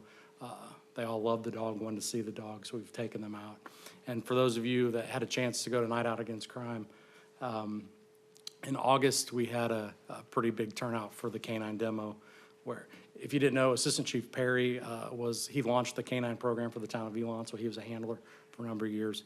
Him and Josh did some of the bite work and some of the demos at the Night Out Against Crime. So dog's multifaceted, lots of things we use it for, and it's not just catching the bad guys, but it's also for the community to have some contact with and see that dog's an integral part of the police department. Some of our successes. So Josh and Lily were part of this task force. They've been awarded an Outstanding Law Enforcement Interdiction Team from the U.S. Bulk Cash Smuggling Center. Just recently, I got an invite to go to the U.S. Attorney's Office. That same group is getting an Excellence in the Pursuit of Justice Award through the U.S. Attorney's Office here in the Western District of North Carolina. Some conversations with Josh. Lily's got a 60% successful track rate. Meaning, I'll give you a perfect example, and Alex, not blindsiding you here. Back there, I just got a message. We had an armed robbery at the Quality Inn. Josh is on his way out to try to have Lily do a track to see if we can find the bad guy. Just recently, Lily was called out for a stolen gun case, and she recovered an AR-15 assault rifle here in town. So in his 4 years as a canine handler, Josh and Lily have had close to 200 deployments, not just here in Stallings, but if, Indian Trail needs a dog, the Sheriff's Office needs a dog, Monroe, Mint Hill, Matthews, he trains and works closely with all of them. But in their current role, they've seized a little over $1 million in U.S. currency in the past 12 months, and over 600 pounds of illegal narcotics have been recovered. And here's some pictures from Josh and Lily's work on the task force. You can see on the hood of the car, that's 8 kilos of cocaine they recovered, tons of cash, lots of drugs. It's just shocking to see the numbers that come through. The pictures are kind of, I had to make them smaller so we could fit them all on there, but I wanted you all to see the kind of work they're doing up there in that task force. Big advocate of, I'm going to jump back here real quick. When we try to attack crime, here in Stallings, the police officers in uniform, they're fighting crime at a ground level. When we start pushing them up the food chain, it's like the trickle-down economics. If we can crunch drug traffic high up, which is what Josh and Lily are doing right now, that inevitably will choke some of the drugs that flow in, not just to Stallings, but into Union County. So that's part of our effort, having him attached with this task force. Of that $1 million of currency, we're hopeful that on the low end, that once the court cases start resolving themselves through court, about $100,000 to come to our asset forfeiture accounts here and just for the town. Those are all restricted funds. I'm sure you all know that. So there's certain things we have to spend them on. We just can't go out and spend it however we feel. But there is some money coming in, and you all have approved past purchases using asset forfeiture money, but just so you know, there's more money coming in based on the work him and Lily have been doing. So I'll skip over that. We've already talked about that. Just kind of the next steps. A couple weeks ago, maybe 4 weeks ago, we got a phone call. The Kansas Department of Corrections is disbanding their canine program, and one of the dogs they had is being sent back to where it was trained here in North Carolina. And the person that runs that business reached out to Josh Smith and said, hey, we've got this dog. It's already trained on narcotics. It'll still need to be trained on tracking and article searching. But we're gonna be willing to sell it at a pretty good price. This would allow us to launch a second canine unit. So Josh does a 60-40 split. He spends 3 days a week with the task force and 2 days a week working cases here in town. Perfect example. If they did call him out, he'll be working a case here tonight. If you recall, back in March we had a homicide over in Cary Green. Josh Smith was actually the lead detective on that and ran that case from beginning to end. But what we're missing is, he works primarily day shift. He's, 3 days a week working in the task force, 2 days a week here. We don't have that canine uniformed on patrol in a marked car anymore. He's available. Josh can come out at any time. It'd just be beneficial to have a second dog that's on patrol, focused on those efforts on the street, when officers need them. But as far as costs, the cost of the dog, they're willing to sell us the dog for $2,500. Dog is typically anywhere, probably about $10,000 for the dog, including the training. Cost of the training for us would be $5,500. We have to provide a kennel at the handler's house. We'd select an officer here. We're not adding any bodies to the department. We'd select a handler that's already here, and he or she would be trained. And we'd put a kennel at the house. We'd have to buy some different equipment, some uniforms, about $2,100. And per town policy, there's a 5% increase, so pay and benefits would be about $3,400. But if you looked at the funding sources, the cost of the dog and the training, we'd use current asset forfeiture funds. The current canine budget is able to absorb 2 dogs, so there'd be no need to add anything to our operational canine budget. And then the pay and benefit increase, we filled our 2 police officer positions, but they're getting ready to start probably sometime in October. And we have a vacant part-time desk position that we're still trying to fill. So we have ample lap salaries to cover that $3,400. And then next year we'd have to budget that additional money into our next fiscal year. So total, backtrack here. Josh just got a new car. His canine car was cycling out. So he's being put in a new car. We can still get a year or 2 out of the current canine vehicle, so we don't have to buy another car. Just a little bit of work to it, and it'll be good for another year or so. So really, we can bring a new dog onto the department with a handler for about $16,000.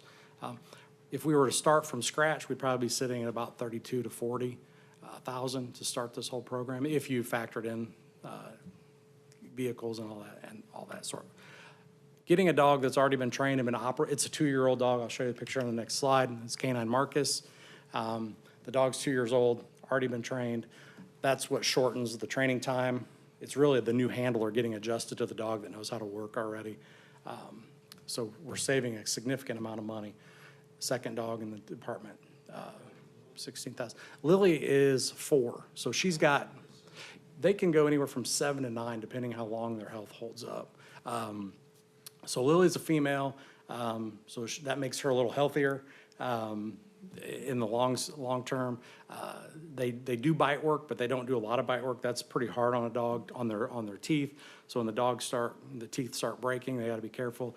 The hip dysplasia, that's a big issue with shepherds. Lily's she's a Malinois shepherd mix. This dog here, 2 years old, so we got, at the very minimum, we probably have 5 years of service out of this dog, maybe a little bit longer. Has a disposition, although it's a male, has a disposition just like Lily. Assistant Chief Perry and Detective Smith went to see the dog over in Nash County, able to be approached and petted without an aggressive response. Where I came from in Illinois, our dog, you didn't look at it. It was more, the handler always said, it's not, if Jovi bites you, it's when Jovi bites you. So I just kept my distance. I'll pass on getting bit by a dog. So anyway, what I'd ask the council to approve the police department to move forward with the creation of the second K-9 team. And if you have any questions, I'll be more than happy to answer any of those for you right now.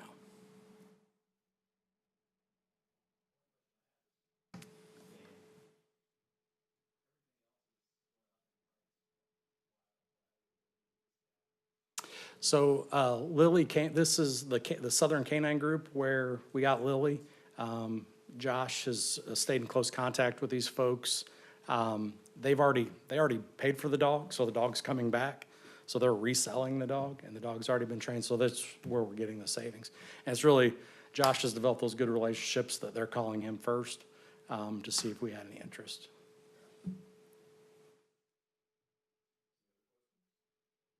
More of a statement.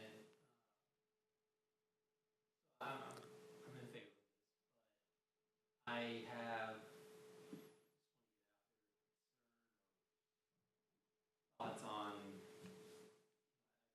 where the idea of the police department.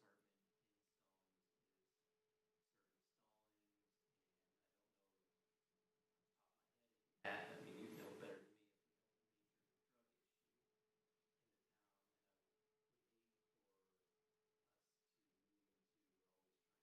Drugs and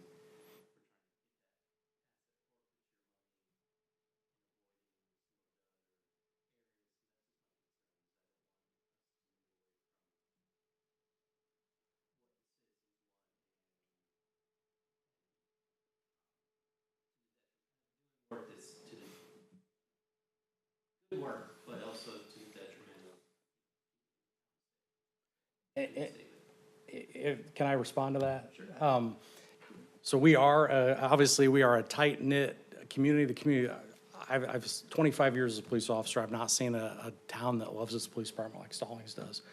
We tell our folks we need to make sure we don't lose that faith and confidence of the community. Otherwise, we're not effective.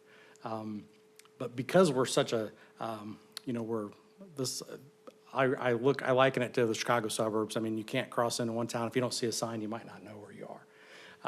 We work closely with all these departments. So we don't want to lose that, but it's also important for us to try to attack it from a bigger level sometimes. And I agree with you 100%. That's why our detectives assigned on a 60-40 split, and we didn't just say, hey, go, and we'll never see you. You check in, once a month. He is, the detective is here. If he needs to be here, he's here. He does not go up there.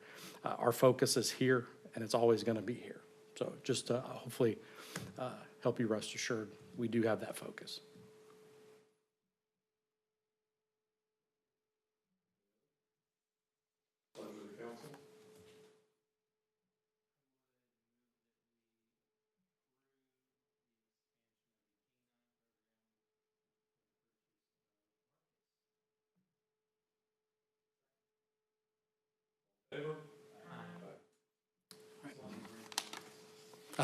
Next time. All right, thank you.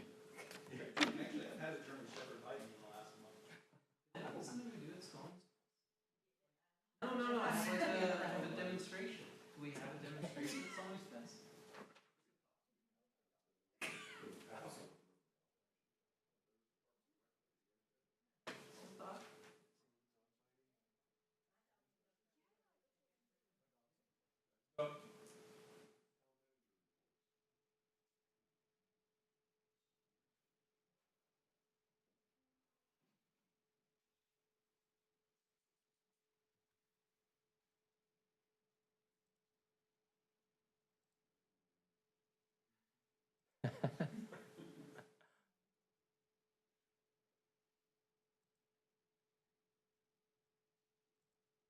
Great. So when we went over our town priorities and action strategies, one of the things we talked about was wanting to come back and just report give everybody a progress update of where we're at, because goals are good, but if you don't track them, if you don't stay on top of them, they're not good for anything, right? You might as well have wasted your time even creating them. So I wanted to run through and let the board know what you probably already know anyway, but just kind of provide the context of where we are. So the first and the top scoring priority we had was downtown creation. It's been this way for several cycles now, and we've done a lot of work on it. But where we're at in our process right now for immediate strategy is we want to partner with the UNC school government through the Development Finance Initiative to get that development expertise in moving the downtown action plan forward and developing those next steps. So really some of the benchmarks for success. So we have approved the Phase 1 feasibility assessment. That's work is underway. Councilmember Ayers, Councilmember Richardson are our downtown liaisons with that. And so I've asked them to come, I believe that second meeting in October, to give an update on just some of the preliminary findings that they've seen. Just some of the feedback and the surveys and the research they've done, I think would be helpful for the council to be aware of and start thinking about. Operating a farmer's market, we've done that, although the county has reported struggles in some of the later weeks in getting vendors to come and not being profitable. We suspect one of the reasons for that is because of just the numerous competing farmers markets in the area, especially the Matthews one. So Eunice and her team are going to meet with the county in the coming months and just kind of do a debrief and see what can be done to kind of better enhance that and make it a more attractive option for vendors. Sure. It's all Ms. Eunice, so I'll pass along that recognition to her. Thank you. Hold at least 3 Parks and Rec events in downtown area. We've already done that. We were joking internally. We probably need to set a higher bar than that. We were going to blow that out of the water anyway. Streetscape requirements. So we've got the draft streetscape is complete. The council wanted to hold off smartly, in my view, to run that concurrently with the DFI process and really understand the economic impact of that. So that's on hold as we go through the DFI process. And one of the items we had, council will secure at least 4 members for downtown support committee within 1 year of Phase 1 completion. We're not there yet. So, any questions on that first phase, y'all? So second priority was really maximizing that positive development around the twin anchors around the bypass area. First, the hospital, and second, the planned light rail area. And our strategy there was several-fold. We want to recognize the area's importance in doing placemaking, beautification, and just really plan to really maximize the kind of development that the town wants in that area. So several things associated with that. We've finalized the landscaping plan with DOT in concept. We're just waiting for the interlocal agreement back from DOT on that. And it'll probably take a little while for us to work through, make sure all the legal terminology is good. And once it is, we'll bring it back to the board for approval. But, the plan is set and approved in concept.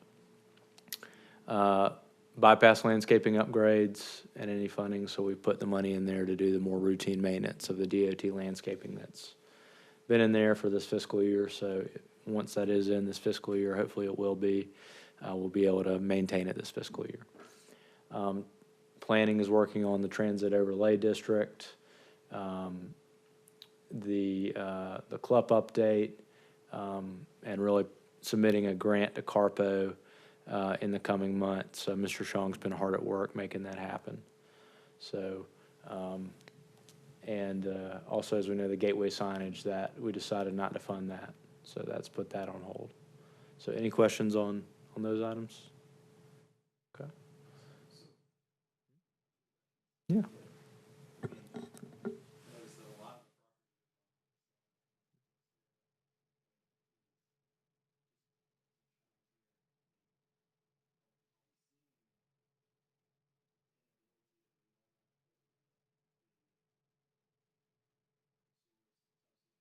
On the light rail issue, or?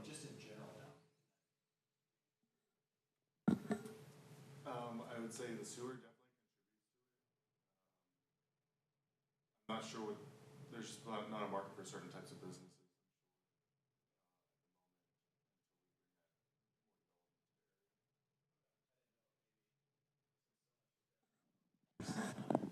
Yeah, I mean, just generally in town, Max, correct me, I feel like we hear from folks that are interested in development regularly, but the sewer issue is constantly something that's brought up, I have so.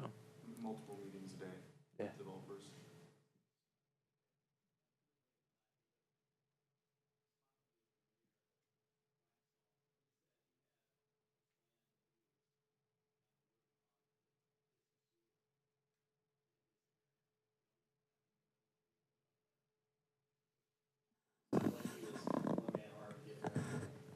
Which mayor, mayor was that, did you say? Okay, Waxhaw, gotcha. You know, something that we may need to explore if the sewer capacity becomes an issue that threatens the downtown work, is perhaps commission some sort of study to evaluate what sewer alternatives are there. So, I don't think there's a magic elixir there. Yeah, they are in a different watershed.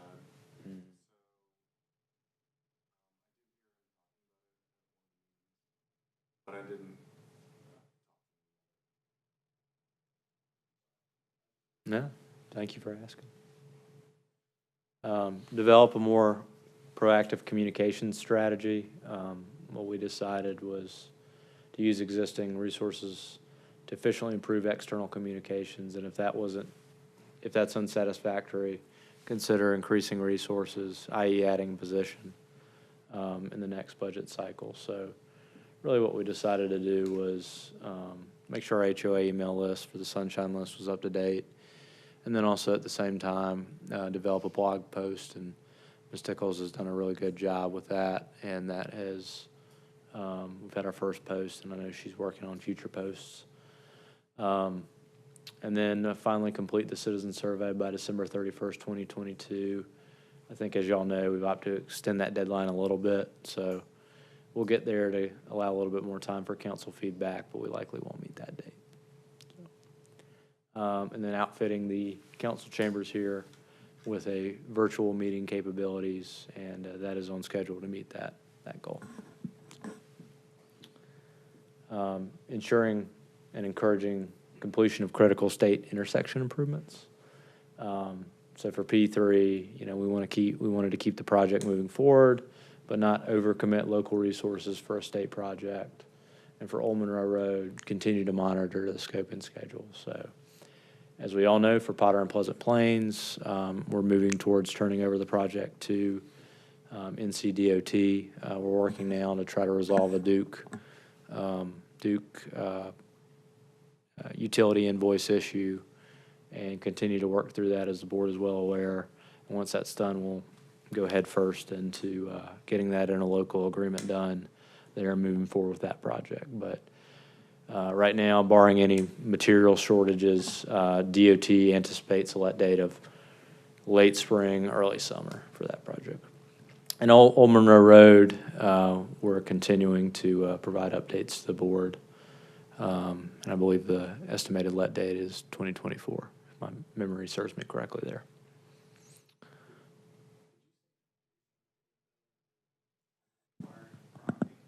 Yes, sir. They're in the middle of right-of-way acquisition for Old Monroe Road.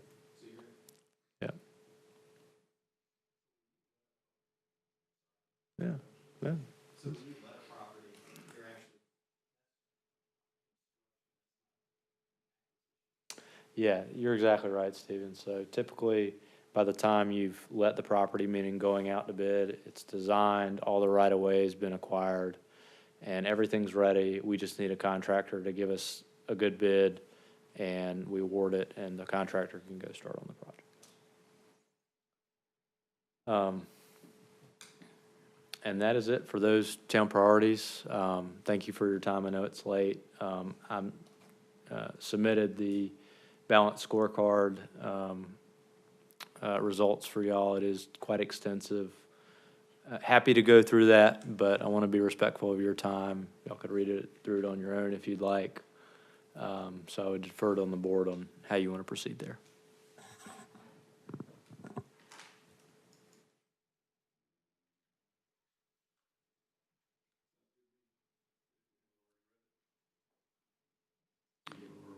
If anybody has any questions, happy to talk through it.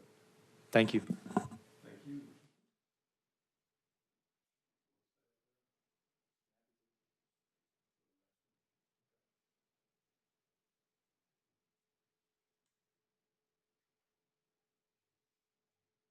Item on the agenda is the